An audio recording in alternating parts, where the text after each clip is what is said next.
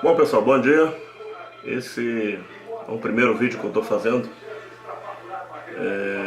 lançando aí esse canal no YouTube, mas eu já tenho um blog que eu já escrevo nele desde 2011 mais ou menos, e confesso para vocês que depois de tanto tempo, né, escrevendo sobre política aqui do Rio principalmente, fiquei meio enojado e desanimado, né? Só que ao longo desses 4 anos, vocês vão ver na minha última postagem no blog que eu tenho, vou botar o link dele aí na descrição. E depois de 4 anos você vê que as coisas não mudam, né? Muito pelo contrário, pioraram, né? Ao longo desses 4 anos. E coloquei lá uma postagem agora no último domingo que teve as manifestações aí em São Paulo, no Rio, Recife, se não me engano, pedindo uma intervenção militar. E desde já deixo claro que eu sou a favor de uma intervenção militar, não de hoje, mas hoje, publicamente, né? Mas nas conversas já com amigos, tenho amigos militares na reserva e na ativa, então há muito tempo eu já defendo por não ver na atual política hoje, no atual cenário político, melhor dizendo, com homens e mulheres lá na Câmara, não poder ver um futuro para a nossa situação, um futuro para o nosso país, dependendo daqueles homens que estão lá na Câmara, seja na deputados ou no Senado Federal. E muito depois aí desse escândalo, né, Lava Jato, com suas operações, seus desdobramentos, e tem surgido cada vez mais nomes de pessoas que estão no cenário político, pessoas que estão no cenário judicial, como foi preso lá aquele desembargador que fazia parte da Operação Lava Jato. E é isso, muita coisa acontece, né? Os caras estão envolvidos até a tampa. E a gente vê na verdade que tudo isso que surge todos os dias é só um pedacinho da ponta do iceberg. Então é ruim, e isso já está me fazendo mal em não escrever e falar e só conversar com os amigos e tal. Eu não tenho aqui a pretensão de ter milhares de seguidores, né? Isso aqui serve para mim até como um desabafo para poder não acarretar em uma patologia clínica. Tanto você ficar sufocado com tanta coisa, segurando, você acaba desenvolvendo, né, algumas patologias. Isso é mais serve como desabafo também para trocar ideia, né? A gente, nem todo mundo pensa igual. Então, eu sou uma pessoa conservadora de direito, prezo pelos direitos da família, pelo direito do cidadão de ir e vir, de poder defender a sua família, defender a sua casa, seus filhos, seu patrimônio. E, na verdade, eu sou contra tudo isso que tem acontecido com o nosso país, com a nossa nação.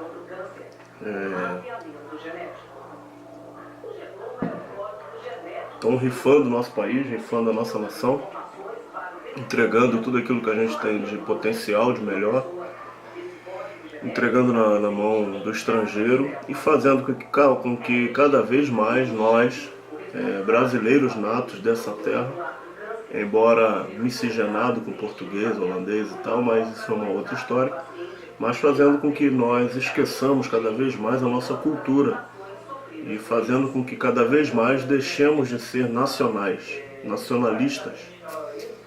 E nas nossas conversas aqui com os amigos, a gente remete a um tempo atrás, no passado, até mesmo a nossa educação na escola básica tem sofrido muito com isso. Antes, na escola básica, a gente aprendia sobre organização social, política brasileira, que é a matéria de OSPB, organizações técnicas comerciais, preencher cheque, duplicata, nota fiscal e etc. E hoje não tem mais isso.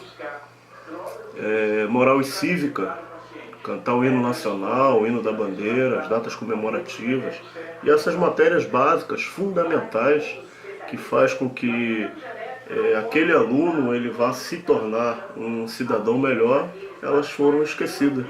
Elas não são mais cobradas nas escolas, foram retiradas com aquele discurso de que lembravam um tempo obscuro do nosso país. E as pessoas hoje em dia vai muito pela onda, né, pelo aquele discurso de que o tempo da ditadura, ditadura militar, a ditadura. E não é só aqui que vocês vão ouvir isso, em outros lugares, outros canais aqui mesmo no YouTube. As pessoas explicam que não houve ditadura. Eu nasci já quase no finalzinho ali da ditadura, em 82, mas frequentei a escola ainda naquele finalzinho de período militar, de regime militar, e nas escolas você tinha o aluno respeitando o professor, você não via essa barbaridade igual vemos aí, aluno batendo em professor, esfaqueando o professor, ameaçando o professor com uma arma de fogo dentro da sala. E o professor dentro daquela sala ali, ele era a autoridade máxima. Ele era respeitado, ele era honrado, ele era ouvido, ele conseguia dar a sua aula de forma natural e os alunos eram aplicados naquela época. As notas eram muito boas.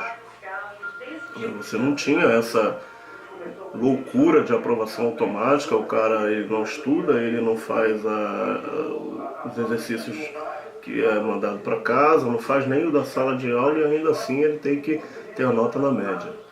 Eu acho que isso é uma desinformação, é uma loucura, você não está formando ninguém. E isso propicia e favorece exatamente aqueles que estão lá em Brasília. E quanto mais você tem cidadãos que não têm conhecimento de nada, que não têm nenhum tipo de cultura, de conhecimento de matéria escolar, você tem cada vez mais cidadãos vulneráveis e suscetíveis a aceitar aquilo que eles impõem, aquilo que eles determinam e dizem que é o correto, que é o que tem acontecido hoje no nosso país. E as crianças eram felizes, né? Todo mundo brincava. A tecnologia chegou muito bem, é boa, é válida, mas as crianças de hoje em dia... As crianças eram felizes, porque brincavam na rua, podia ficar à vontade no portão de casa, não tinha risco de tomar um tiro, uma bala perdida, não tinha o problema ou o perigo de ter um vagabundo na esquina vendendo baseado e a polícia chegar e de repente fazer uma operação e acabar atingindo uma criança dessa, um inocente, um trabalhador que está chegando. E é isso, as crianças eram muito felizes com essas matérias. Hoje em dia você tem uma educação de péssima qualidade, onde o aluno vai passando, chega até o ensino médio, faz vergonha no Exame Nacional do Ensino Médio, não consegue fazer uma redação para poder conseguir uma vaga na universidade. Então é esse tipo de pessoa, de cidadão, né, melhor dizendo, esse tipo de cidadão que o político quer, que o político gosta, que o político adora. É um cidadão desinformado, desinteressado, é um cidadão sem instrução, sem conhecimento. E o que nos traz hoje um pouco mais de conhecimento, para aqueles que buscam, é claro, para aqueles que querem entender um pouco do que é a política nacional, do que é a sociedade em si, é a internet, os canais que nós temos através do YouTube, que traz um pouco de esclarecimento, traz um debate, claro, um debate decente daquilo que a gente pode, enquanto sociedade, debater, né? A verdade é essa. E falando em meio de comunicação, como eu falei, domingo houve aí as manifestações pró volta do regime militar e a imprensa nada noticiou, né? Como já se podia imaginar, né? A imprensa nada falou da manifestação que teve pró a saída do presidente Michel Temer, no mesmo domingo, dia 4, mas não falou nada sobre as manifestações pedindo a volta do regime militar.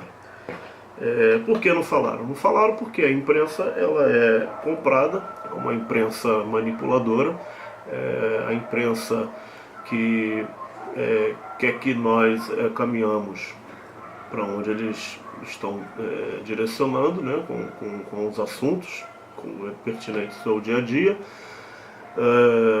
A notícia que passa no canal A é a mesma que passa no canal B, com a mesma visão, com a mesma orientação, com a mesma roupagem. Não há nada de diferente, nada de divergente. É tudo igual, a mesma cartilha. Então a imprensa nada noticiou a respeito da manifestação que pede a intervenção militar no Brasil. Hoje a situação do país é complicadíssima, porque não se vê nenhum nome, né? Até se vê alguns nomes, né, no meio político, para que venha compor aí a presidência do ano 2018. Entretanto, alguns nomes fortes, né, e que possivelmente corre um sério risco de não chegar elegível em 2018, né, porque sabemos muito bem que o sistema ele é muito podre, o sistema ele é muito corrupto, e quando você quer colocar alguém lá para representar aquilo que é o ideal, aquilo que é a vontade do povo, eles inventam logo um jeito, uma maneira de descartar essa pessoa. Ou a pessoa de forma natural morre, ou a pessoa num acidente morre, ou ela tem os seus direitos tolhidos, né, cassados de forma judicial. Nós temos aí um nome muito forte, Jair Messias Bolsonaro, que tem crescido muito no aspecto nacional, nas pesquisas, né? Tem aparecido aí em segundo, em algumas em primeiro lugar, e que é um nome que tem crescido, tem ganhado adeptos, tem ganhado muita força dentro do Brasil, em âmbito nacional.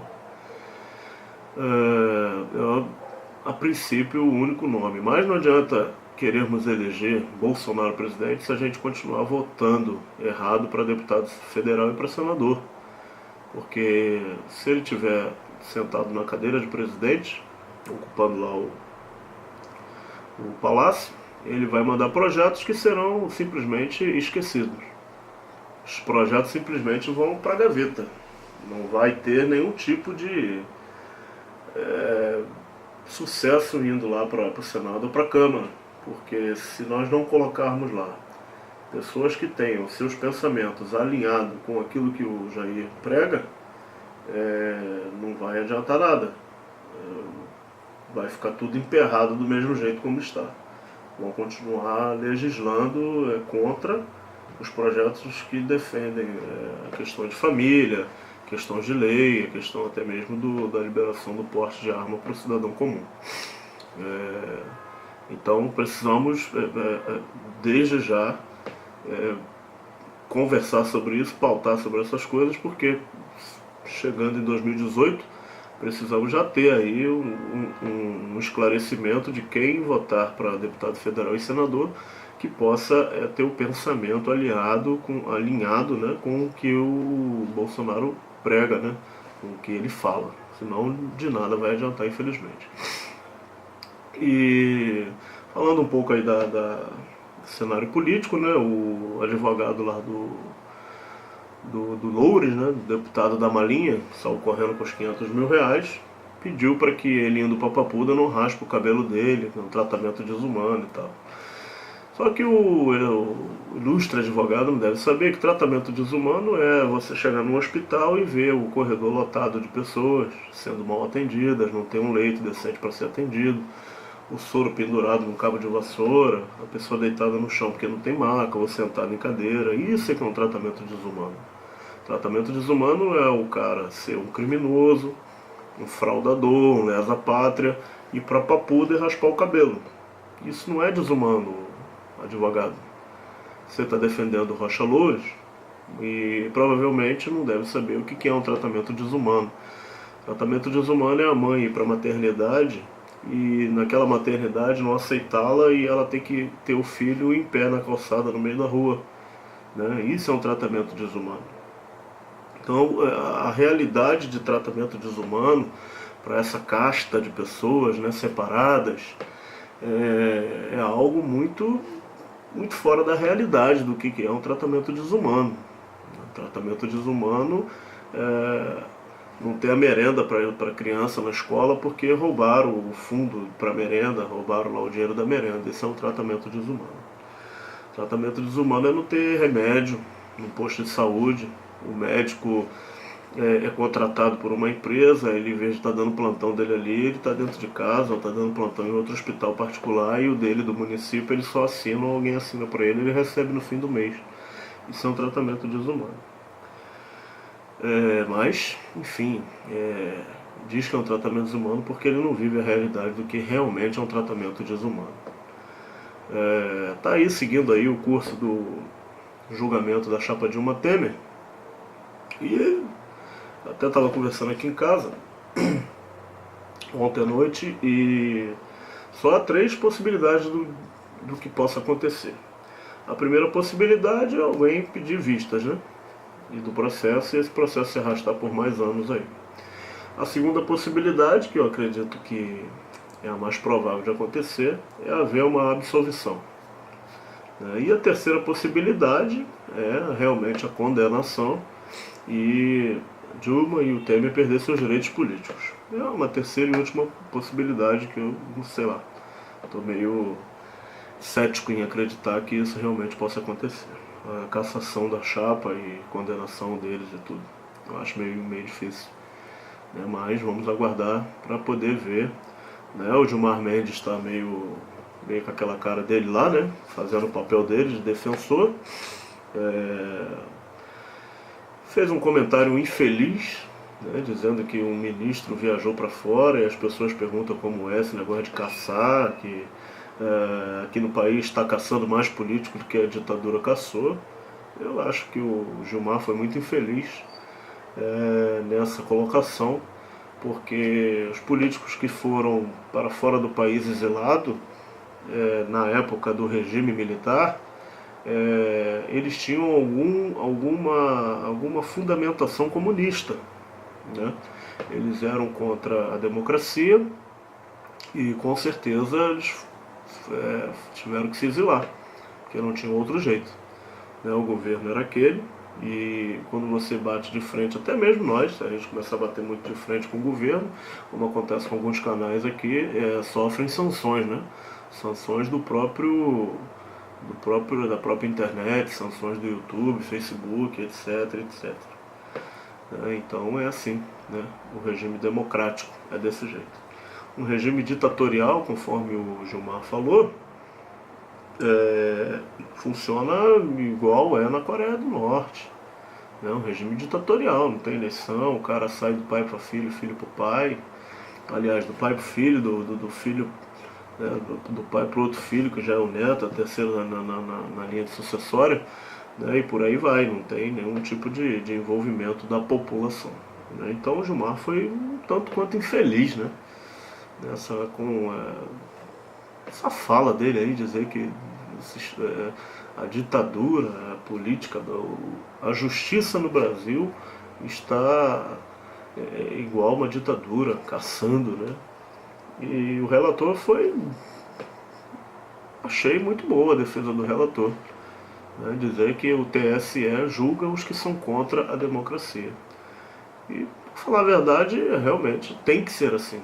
A justiça precisa funcionar não só com o ladrão de margarina no mercado, mas precisa funcionar com aqueles que têm o colarinho branco, que anda com escolta da Polícia Federal, da Polícia Legislativa, anda no carro blindado, né, que viaja para Miami, para Nova York, né?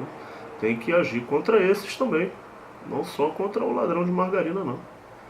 Os poderosos também têm que ir para a cadeia e precisam cumprir, né, à risca aquilo que determina a lei, né? Inclusive, sei lá, acho que deveria também o advogado que defende essa galera aí também ir junto com eles para a cadeia, na condenação, né? Foi condenado. Ah, beleza, foi condenado, vai cumprir pena, o advogado também deveria ir.